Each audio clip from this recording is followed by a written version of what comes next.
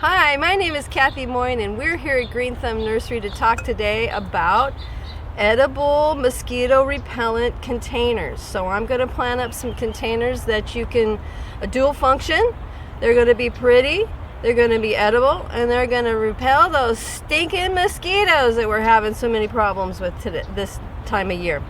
So we're going to start off with a mint pot. So these plants that I'm going to use in this container right here are mints. Now this one's called the Best Mint. This is a Spearmint, and as you can see, it has flowers. So that's going to give us a nice little pretty look to the pot.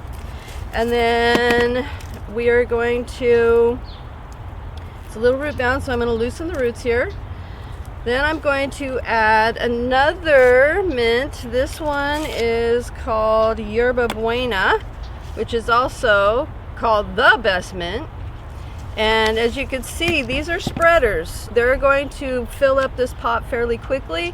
You'll probably have to replant this after a while, but to get a nice little combo for the mosquito season, these are going to do nicely. And they're going to, like I said, you can use them in your kitchen as well. Now this one, I gotta say it slowly because it's a mouthful. Hesperosis, I can't even say it. Hesperosis. There we go. Hesperosis. This one is called Hesperosis.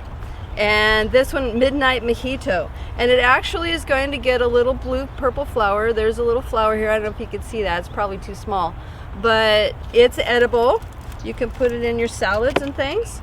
And the leaves are also, you can add them to stews and soups, and it gives a little minty flavor. And like I said, it's going to get a nice purple little flower. So now we're going to throw in here I'm going to add a little soil. And I'm going to throw a couple marigolds in this little mix right here because they also will repel mosquitoes. And they're annuals, so they're going to die out anyway. And we can just pull those out. Plus the mint is going to probably fill this pot to where the marigolds are not going to do that well after a while. But for the summer months, while we have our mosquitoes, they're going to do just fine.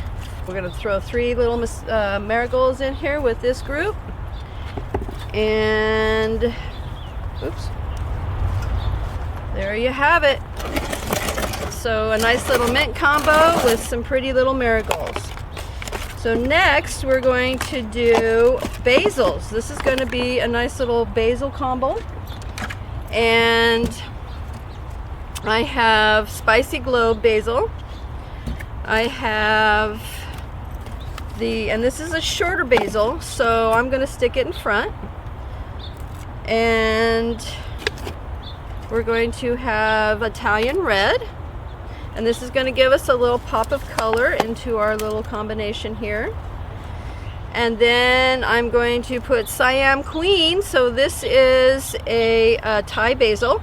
So this is good for your Thai cooking, and it also will get a flower. Now if you're going to cook with it, usually I tell people to take off the flowers so that your leaves will be more productive, and the flowers make it taste a little funny, so if you're going to cook with it, pinch off the flowers.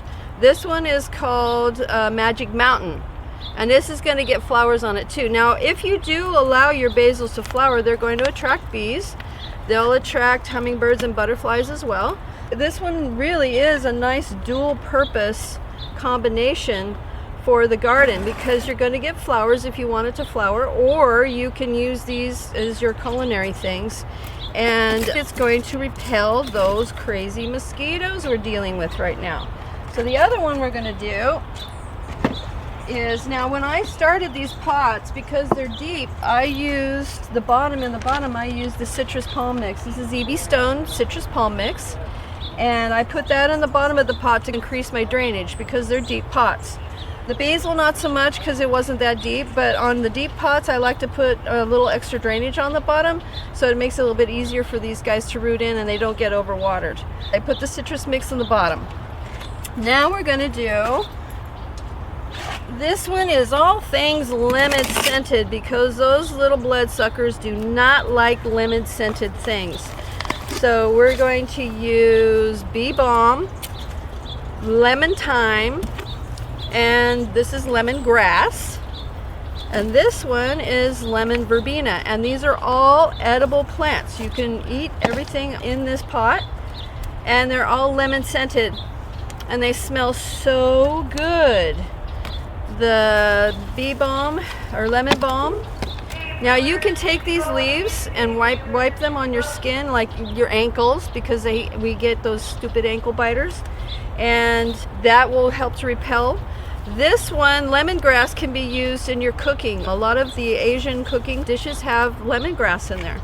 These are all perennials.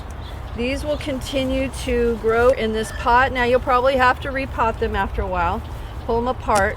But for the summer months, they're going to work well, your lemon thyme. And this is going to hang over in the front. And then I'm going to put the rest of my marigolds into this group as well, just to give it a little pop of color.